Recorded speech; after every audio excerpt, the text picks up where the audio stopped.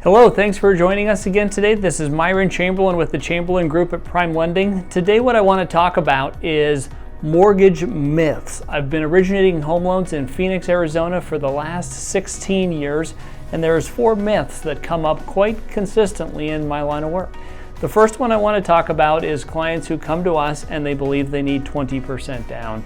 It's common for clients to think that 20% down is needed, and I believe many times that's because their parents put 20% down, or over the years that's been passed down that 20% is the magic number. That's not the case at all. In fact, today it's easier, perhaps now more than ever, to purchase a home with less than 20% down. If you're a first-time home buyer, you can buy a home with as little as 3% down in most cases. That is for a conventional loan. On an FHA loan, it would be 3.5% down, and if you're lucky enough to have been a veteran, it's 0. You don't need any money down for those loans. So 20% down is a myth. That's something that has been passed along through the months and the years and through generations, but 3% down is the minimum that you need to purchase a home. And believe it or not, the terms in many instances at 3% down are excellent. The interest rates are good, the mortgage insurance is quite inexpensive. So that's the first myth. The second comes along the coattails of that, and that is to never pay PMI. PMI is sometimes referred to as private mortgage insurance, or MIP, which is a mortgage insurance premium. So it's really the same thing.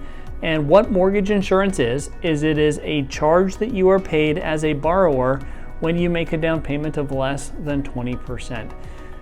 There's real value in paying PMI, and the reason for that is that when you put down, for example, 3%, 5%, or 10%, you are not being charged more on your interest rate than somebody who is making a 20% down payment.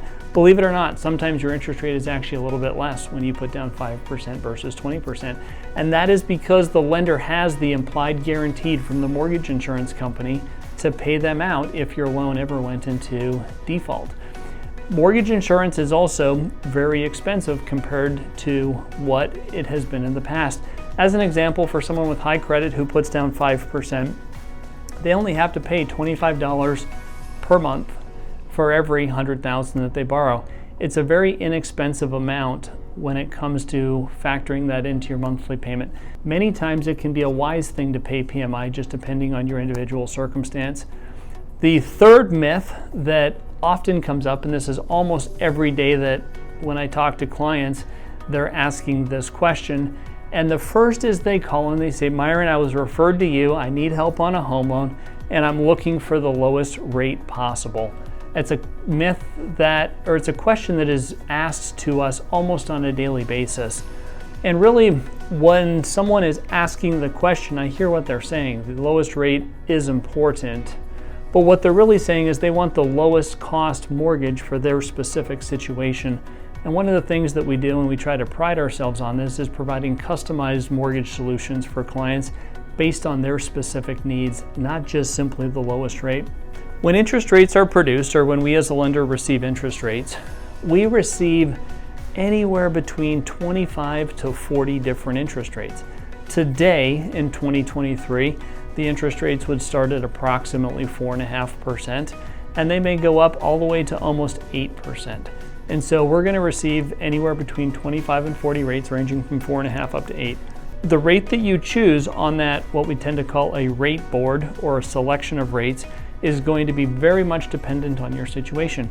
If you're looking for the lowest rate, you said, Myron, I want that 4.5% rate. That sounds the best. That'll give me the lowest mortgage payment. What you're really saying is you want the lowest payment, but you also want the highest closing costs. They don't give you that 4.5% rate for free. They charge you for it. They charge you in what is called a discount point. A discount point is a percentage that you pay for the benefit of that lower rate over 30 years. So the 4.5% rate is going to have the highest discount points, which is going to be the highest closing cost. Conversely, the rate of 7.5 or 8.5 is going to have what is called a rebate. A rebate is money that you receive as a borrower that you can use towards your appraisal, your closing costs, your title fees, and it is a direct reduction in the amount of closing costs that you pay. If you are looking for kind of a general principle as to whether or not you should take a high rate or a low rate, here's a great rule of thumb to follow. If you're going to be in the home between 1 and 2 years, you probably want to take one of the higher rates because you're only going to pay that higher rate of interest for a very short period of time, and you're going to have lower closing costs. On the other hand, if you're saying this is the home that is perfect for our family, we're going to be here 5 years, 10 years, or even longer, then you want to start considering one of the lower rates and possibly paying more for it up front.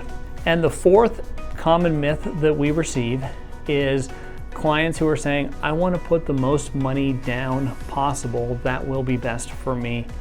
And the mindset behind that question is really saying, I want the lowest monthly payment because that's going to serve me best long term.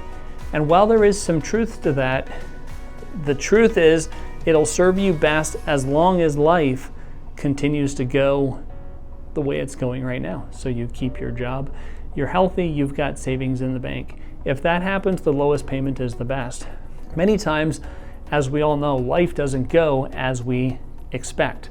If you take all of the funds that you have towards your down payment to get the lowest monthly payment, you are left with very little in the bank for reserves, utility setups, sickness, job loss, and anything else life will put your way. On our team, we often like to encourage borrowers to put enough down to keep the lowest payment, but still keep 6 months of payment reserves in the bank so you have that if life does throw you a curveball. And then the other thing that we also like to consider is looking at what it would be if you chose to put 5% less down. By putting that 5% less down, you would take that, put it in a savings account, and that would be additional rainy day money or savings that you could use if life throws you a curveball.